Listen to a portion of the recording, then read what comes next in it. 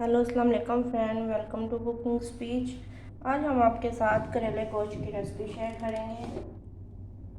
हमने 6 अदद प्याज काट लिए हैं। 6 अदद प्याज और 2 लहसुन की कलियां।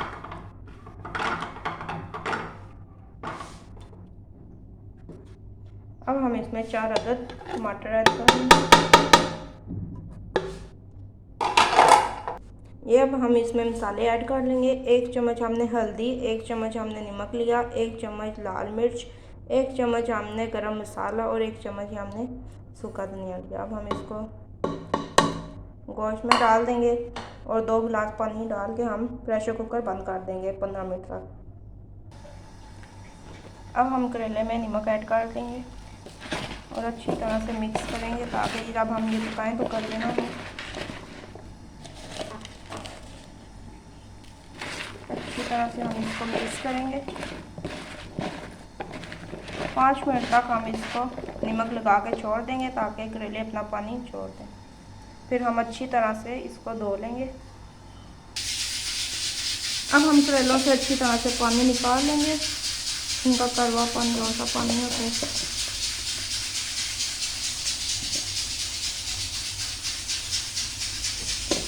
फिर अब हम अच्छी तरह से इसको धो लेंगे। आप देख रहे हैं कितना पानी निकल रहा है। हमने 5 मिनट तक नमक लगा के अच्छी तरह से इसको माल के रख लिया था। अब हम इसको अच्छी तरह से धो लेंगे ताकि नमक और अच्छी तरह से ना निकल जाए।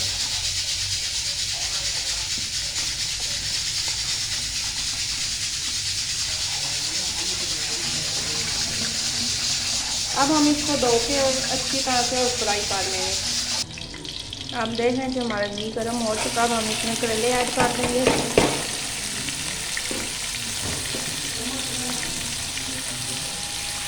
इसको अच्छी तरह से फ्राई करेंगे और ब्राउन करेंगे। जैसा कि आप देख रहे हैं हमारे करेले हल्के हल्के ब्राउन हो रहे हैं।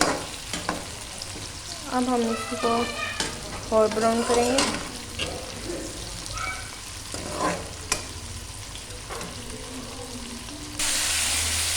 जैसा कि आप देख रहे हैं हमारे अब करेले ब्राउन हो रहे हैं। अब हम इसके साथ बारीक कटा हुआ थोड़ा सा प्याज ऐड करेंगे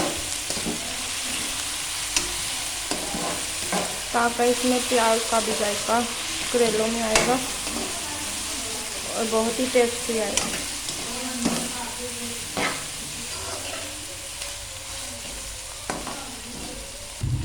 जैसा कि आप देख रहे हैं हमारे करेले अब अच्छी तरह से हो चुके हैं। अब हम इसमें गोश्त ऐड कर देंगे।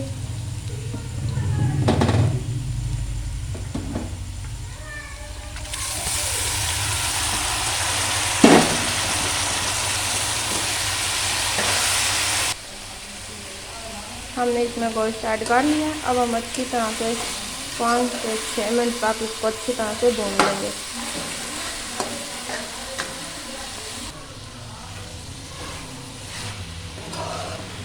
जैसा कि आप देख रहे हैं हमने इसको अच्छी तरह से भून लिया।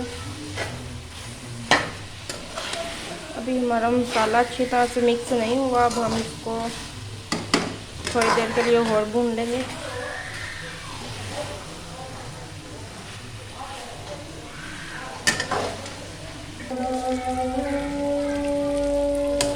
जैसा कि आप देख रहे हैं हमारे करेले गोश्त अच्छी तरह से पक चुके हैं। पसंद आए तो लाइक शेयर कमेंट कीजिएगा। आपका बहुत बहुत शुक्रिया। अल्लाह हाफ़िज़ फ्रेंड, अपनी दुआ में याद रखिएगा।